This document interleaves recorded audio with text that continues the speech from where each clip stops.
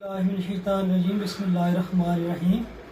वकील और कानून के साथ आज का हमारा टॉपिक है कोर्ट मैरिज क्या है, ये किस तरह की जाती है, यानी इसका क्या तरीक़ाकार है और 164 का बयान कराना या इस्तग़ासा कराना क्यों ज़रूरी होता है।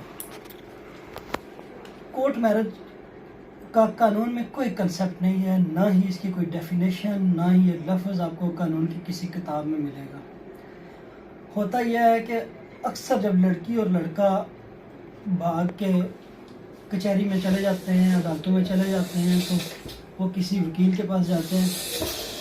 वकील साहब सबसे पहले उनका फ्री विल सर्टिफिकेट लड़की का बनवाएंगे, उसके नाम पे यानी कि एक स्टाम्प इशू होगा। उसमें लड़की कहती है कि मैं अपनी आज़ादाना रजामंदी से आई हूँ, मुझ पर किसी किस्म की कोई ज़ोर ज़बरदस्ती नहीं है और ना ही मुझे गन पॉइंट पे लाया गया है। मैं अपनी आज़ाद रजामंदी के साथ यहाँ अदालत में आई हूँ और इस शख्स के साथ शादी करना चाहती हूँ। अब इसका क्या तरीक़ाकार होता है? जब फ्री विल सर्टिफिकेट इशू हो जाता है तो फिर वकील साहब किसी मौलाना साहब को बुलाएंगे, वो आके उनका निकाह पढ़ाएंगे, निकाहनामा फिल करेंगे। उसमें वही चीज़ें होती हैं जो आम तौर पर जो निकाह का जो रिवाज है वही निकाहनामा होता है, जो गवर्नमेंट की तरफ से जो निकाह फार्म होते हैं वही फिल होते हैं।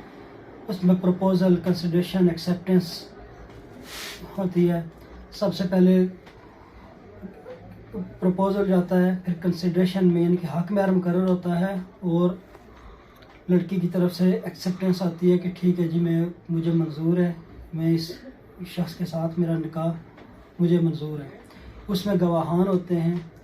और पंजाब में यह है कि लड़के की उम्र 18 साल और लड़की की 16 साल होनी चाहिए, जबकि इस्लामाबाद में 18 साल होनी चाहिए। दोनों के आईडी कार्ड होने चाहिए।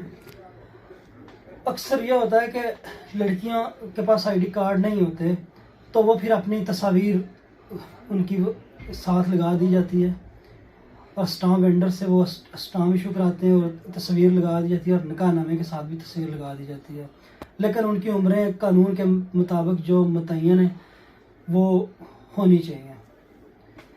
अब जब निकाह हो जाता है तो फिर उसके बाद अक्सर जो लड़की के घर वाले होते हैं, उसके रिश्तेदार होते हैं, वो एक FIR का इंदराज करा देते हैं मुतलका थाने में कि फ़लाँ शख्स उसको भगा कर ज़बरदस्ती ज़िना बिलजबर की नीयत से ले गया है।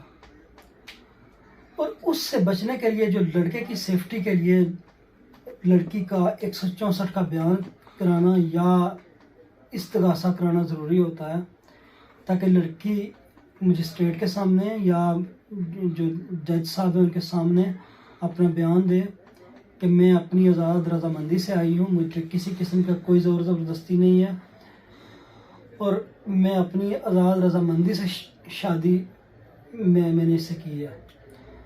और अक्सर जो लड़कियां जो इस्तग़ासा करती हैं उनमें कहती हैं कि मेरी जो शादी है वो घर वाले किसी और से कराना चाह रहे थे, मेरी वहाँ मर्ज़ी नहीं है और गन पॉइंट पे मेरे वालिदैन या बहन भाई या जो भी रिश्तेदार हैं वो किसी और दीगर शख्स से कराना चाहते हैं और मैं वहाँ राज़ी नहीं थी, लिहाजा मैं अपनी आज़ाद रजामंदी से यहाँ आ गई हूँ। अब उसका असर यह होता है कि कल अगर वो FIR भी करा देते हैं तो लड़के की सेफ्टी होती है, उसकी बचत होती है। अगर इस्तग़ासा या फिर लड़की का 164 का बयान नहीं होगा तो अगर वो लड़की किसी तरह अपने रिश्तेदारों के या घर वालों के हत्थे आ गई तो वो उसको मजिस्ट्रेट के पास लेके जाते हैं। जो FIR उन्हें कराई होती है उसमें उसका 164 का बयान कराते हैं और लड़के की जो बाकी ज़िंदगी होती है वो जेल की सलाखों के पीछे गुजरती है और वो उसमें फंस जाता है, बुरी तरह फंस जाता है। तो ये था आज का हमारा टॉपिक।